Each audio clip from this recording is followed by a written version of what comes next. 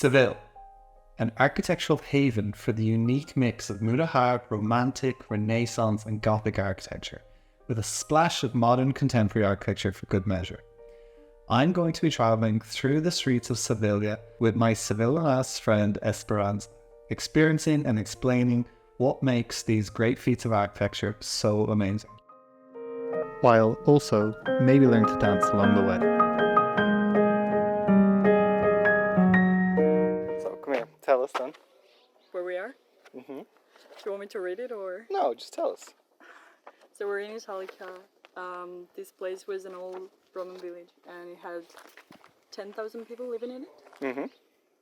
But we're actually in the amphitheater, which could hold 25,000 people. So it's believed that people from other towns and cities came here to watch these games.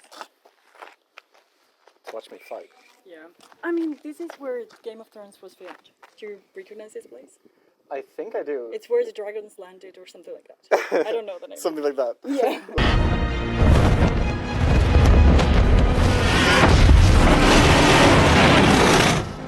They were dragons. It's actually kept in remarkably good condition. It's so impressive how much of the brickwork has stayed intact after all these years. This bronze plaque here with the cobwebs all around it was made between 177 and 180 AD when Marcus Aurelius ruled with his son Commodus. And it states rules and regulations for payments for gladiators here. And the idea was that the prices for gladiators winning in arenas was becoming too exorbitant, and little areas weren't able to actually afford to pay the gladiators that were winning. And so they had to move taxes for hosting the events, and then also put limits on stages for fighters that they can get paid. So if you win a certain match, you get paid this much, and a different match, you get paid a certain different amount. So it's quite an interesting looking tablet, and I really wish I could read it. I'm really English, so it's not really going to happen. Millennium. Here, Seán, the greatest gladiator to ever have lived. So this is a fairly typical Roman house layout, where you have your entrance, your atrium, your cloisters all around, your peristilo. That's definitely not how you're meant to say that. These would have been shops. So you would have had like your main street frontage all along here, and you would have had different shops that come out through it, and then a house entrance which comes in and then out the back. I would love to have seen what this was like beforehand. You can only just imagine, you know, with all the rooms. I'm not entirely sure what their funky feet used to look like. Even Espa's feet are bigger. They almost look deformed in the way that they're shaping out. And I wonder if that was actually just the way people's feet were back in the day. Their foot ends before my toes even start. That's kind of crazy. And then Espa pointed out these, which are on the floor. This one's kind of faded, but it was a game that they used to play. It's called Trincar. And you're saying that your dad knows how to play this, right? Yeah. There's another one in the rest of the city down there. See? Yeah. Here in the amphitheater, you would have had gladiator fights, often in the morning, and then they would have had fights with animals after an intermission around noon, when they would have had a lot of executions for thieves and murderers, sometimes with the animals, where they would have just fed them to them. All the animals would have been caged down here and let loose to fight gladiators and to kill prisoners. When you had the gladiators in here, you would have had different tiers of spectators, where the higher class people, like the patrons and whatnot, would have been at the lower tier, and then as you move back, you would have went up to middle class and slaves at the very, very top. So it's a very cool and rich history all around here. It's an amphitheater because they would have had one side of the theater was built first, and then second later on to form this square. It's really gorgeous. And apart from slaves, there were also foreigners. Foreigners, yes. She wants you to definitely remember that, because she was like, "Oh, Seán, you wouldn't have been a gladiator. You would have just been a foreigner that would have had to have fought here." Are you not entertained? Are you not entertained? Are you not entertained?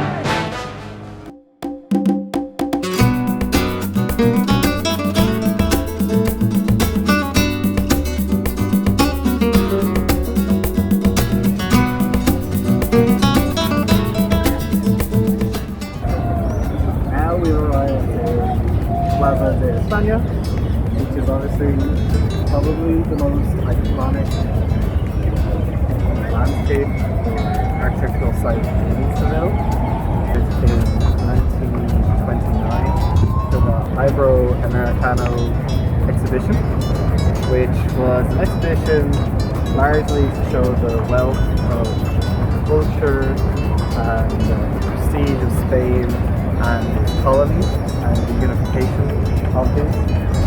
The architect of Plaza de España was, I think, Annabel Gonzalez, who was quite an inspired civilian architect. A famous film location for Star Wars, which you're going to see. We're going to take a photo just like that over there. It was in Star Wars Episode 2, Attack of the Clones, where Anakin is walking with Padme and R2. Little nerdy sprinkle for you. Back to the architecture, I suppose. A lot of different interesting uses of brick and ceramic tiles, especially on the facade that you can see. And it was quite a laborious construction. It would have taken the entire year to get it done, and it had over 1,000 employees, construction workers all working on it at one time. All of the tiles that you see, they were all hand painted by workers in Seville. Incredible attention to detail of craftsmanship. Espa wants to tell you something. So he mentioned that Star Wars Episode 2 was filmed here, but also Lawrence of Arabia. Very good. The Plaza de España is a wonderful example of revival Renaissance architecture, which originated in the 15th century and then was probably revived in the 19th century, and it's really characterized by the columns and the arches and the domes that you'll see throughout the plaza. Should we go in? Yeah. I want to get that Star Wars photo. Yeah. That's like my... The only thing... That's why I came to Seville. Nothing to see you.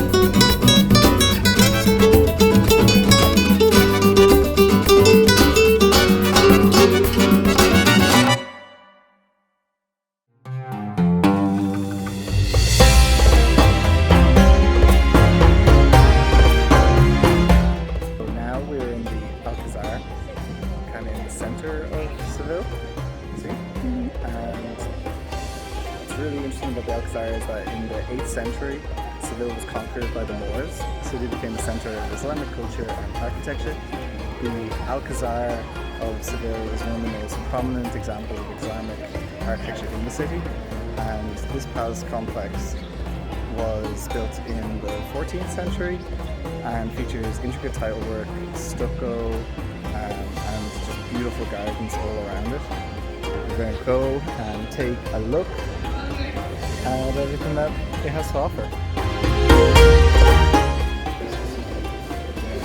can see the polylobe arches that run the entire way around the courtyard. This is very typical of the Muslim Wie gesagt, was wir hier sehen, ist der Teil aus dem 14. Jahrhundert mit Ergänzung aus der Calligraphy inscribed into the plasterwork just above the arches all around. And the shell that it's representing is meant to show the hands of Fatima, which are to do with protection.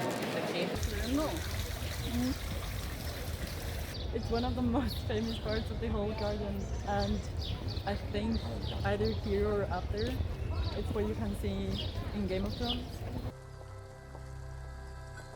And you sit here in the water gardens staring at the sky. This is where the viper lived or something like this. The sand snake across the sea.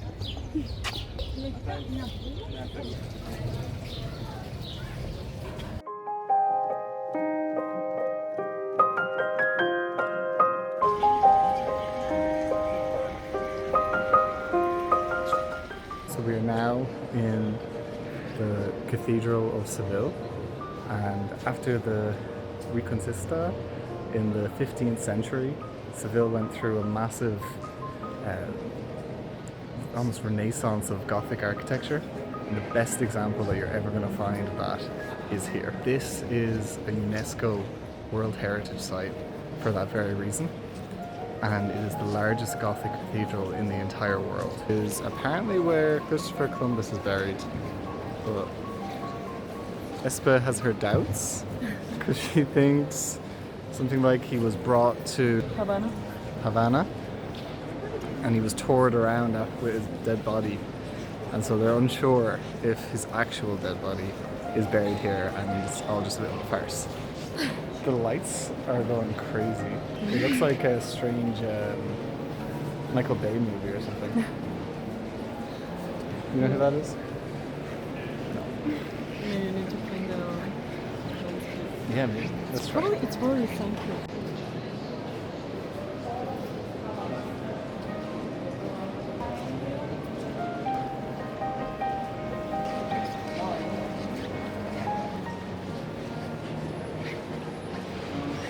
It's beautifully ornate.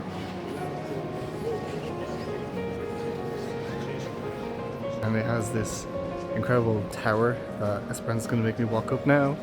It's something like 60 meters, or what was that? 60 meters high, Yeah? which is like a 25-story building. Yeah. And it's like 34, I don't know what this is called. Flights. Yeah. Is that an elevator? Should be like an exhibition of something. Okay. So not an elevator. I'm trying to be lazy. 34. Oh. 34 and some steps. See you. Only a couple.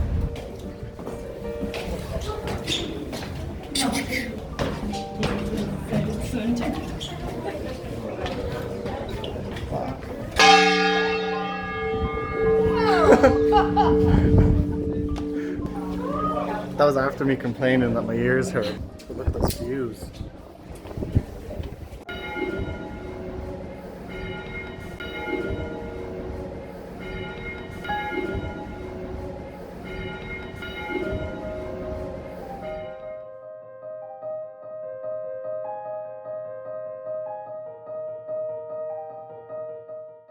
Okay, so you can tell us, where are we then? So we're in Zetas, or Metropole Parasol. And We are on a mushroom. yeah, because that's what it looks like. We are on a timber mushroom that is lit up at night.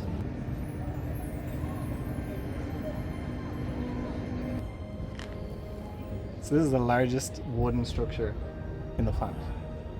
That's pretty cool. Ah, this looks super cool. Watch the step. I said watch the step. I thought you meant the first one. Oh god. So Torre Peggy. And then we have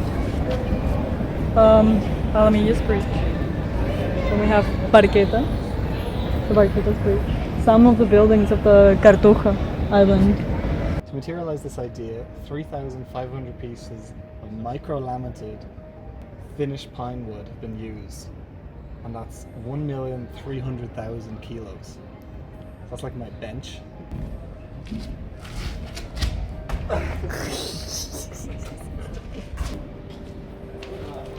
Espa's point of view. Espa's point of view of everything? Seán. Higher. Oh. That's how tall you are. Wait, let's see. Yeah, you're only just above it. It definitely is a weird looking book. Yeah, but you don't think it adds to the character of Seville? It definitely is. Well then, I think it was successful.